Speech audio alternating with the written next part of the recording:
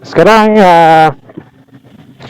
saya on the way nak ambil Cikgu Ashraf, dan saya difahamkan yang dia nak beli motor baru.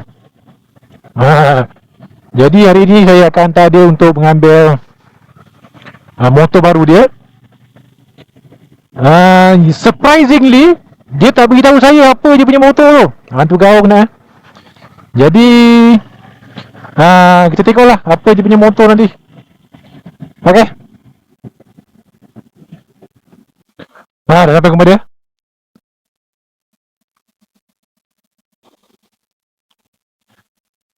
Jom.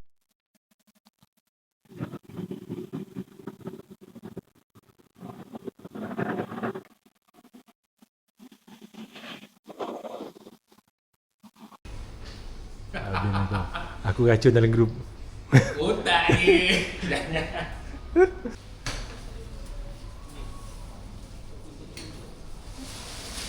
Simpan ke tak? Apa? Plastik buang tu. Simpan lah, kejap lagi dia boleh unbox. Tapi yang depan tak boleh juga Gam balik. Simpan balik ke? Buang lah. Rumah aku dah semak baru kan. Buang. Dia dah tengah break out tu. Dari rumah bawa balik mesyuarat. Biasa tu. Dalam ni ada buku servis. Buku servis nanti abang datang untuk RM1,000 lah pertama. First RM1, next RM3,000, lepas tu RM5,000. Lepas 5, depends on abang lah. Kalau pakai semi 3, boleh 5. Lalu ada tool. Lagi satu yang ni kod untuk kunci. Kunci dia bagi satu je. So kalau ni kunci hilang, cara nak start dia pakai kod start. Kita tekan kat keyless lah. Ataupun nak buat kunci lagi satu, guna kod ni. Buat kunci kan? Ni kan? Ini. Boleh juga. Ada alasan lagi. Ada alasan ni. Berapa ni? 5. Harga kunci? Oh, 200. Bawah 200. Ya, tepat. Dan nak kunci kalau buat apa? Kalau buat kemudian ni dia 1.9 tu.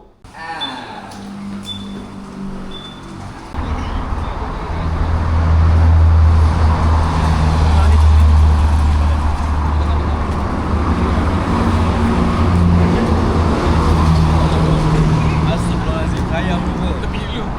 Aku dah risau orang ni. Ada? Dan hadiah. Ha? Hadiah.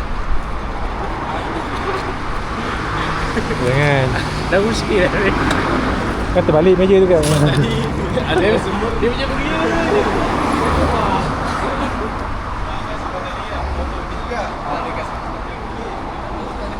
Okey, terjawab sudah persoalan. Okey. Motor apa yang dah Achan ambil? Alhamdulillah,